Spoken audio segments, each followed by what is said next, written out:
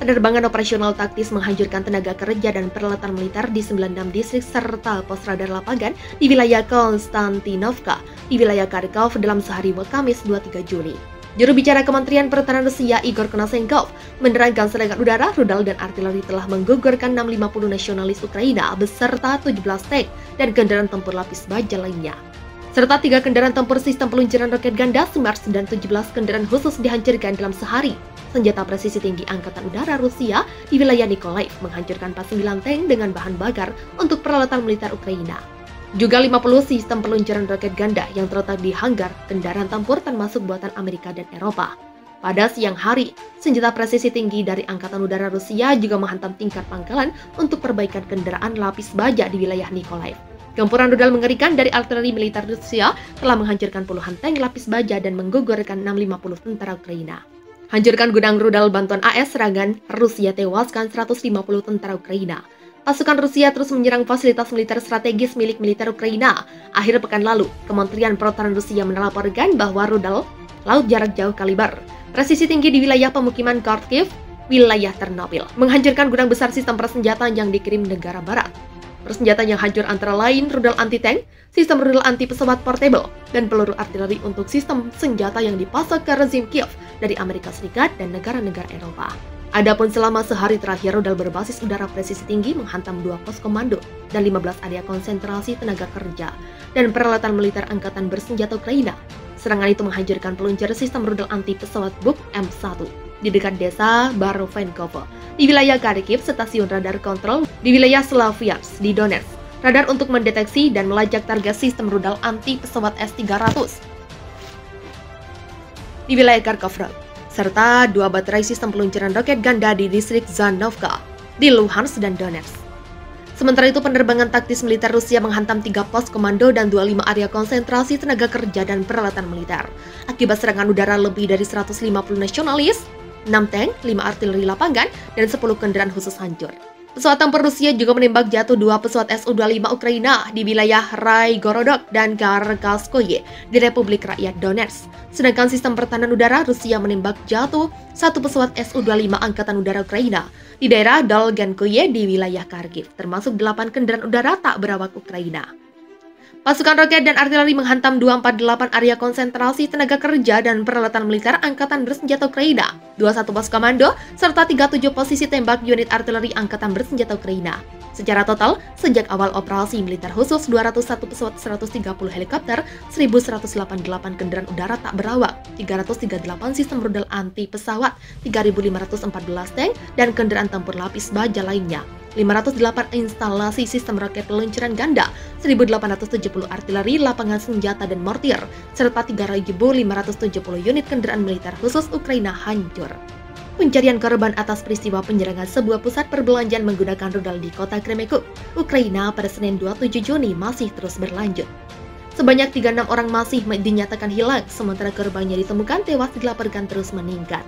Yang awalnya berjumlah 13 orang, kini menjadi 18 orang. Moskow yang disalahkan atas penyerangan tersebut mengatakan bahwa mal itu tidak digunakan dan kosong usai pemogokan. Namun klaim itu ditentang oleh penyintas insiden, Lyudmila Mikhailes, berumur 43 tahun yang kini terbaring di rumah sakit usai peristiwa itu mengungkapkan kesaksiannya. Menurutnya, ledakan itu terjadi tatkala dia dan suaminya tengah berbelanja di tempat tersebut.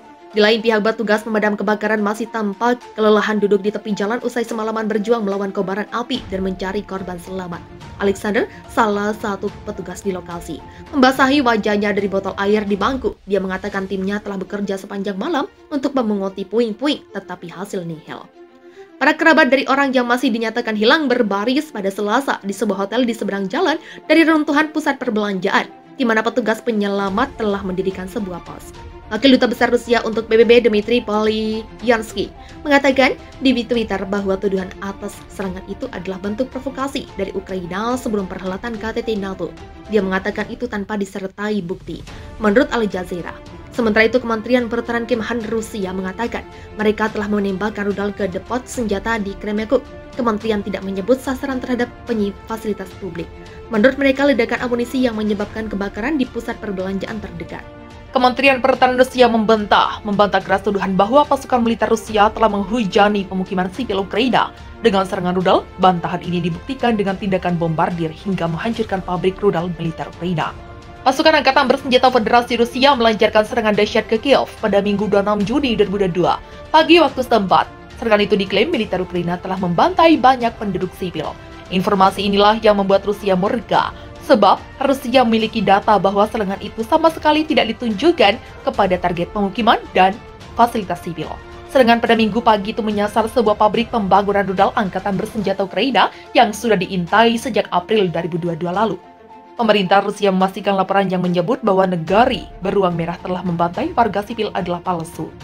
Sebuah rudal Rusia telah menghantam bengkel pabrik Artyom. Bunyi pernyataan Kementerian Pertahanan Rusia dikutip FIFA militer dari The Defense Post. Pabrik Artyom adalah target. Sebagai infrastruktur militer, pasukan Rusia menyerang sasaran sipil di Kiev adalah laporan palsu. Lanjut pernyataan tersebut. Selain itu, Kementerian Pertahanan Rusia juga mengungkap ada sejumlah kerusakan di bangunan fasilitas publik di Kiev. Kerusakan itu dipastikan bukan sebagai dampak serangan Rusia, tetapi akibat dihantam rudal Ukraina. Ada kerusakan di bagian bawah serta bagian atas bangunan yang mengkonfirmasi versi bahwa itu adalah rudal yang jatuh. Lanjut pernyataan Kementerian Pertahanan Rusia. Pabrik Artyom sendiri didirikan sejak 1965.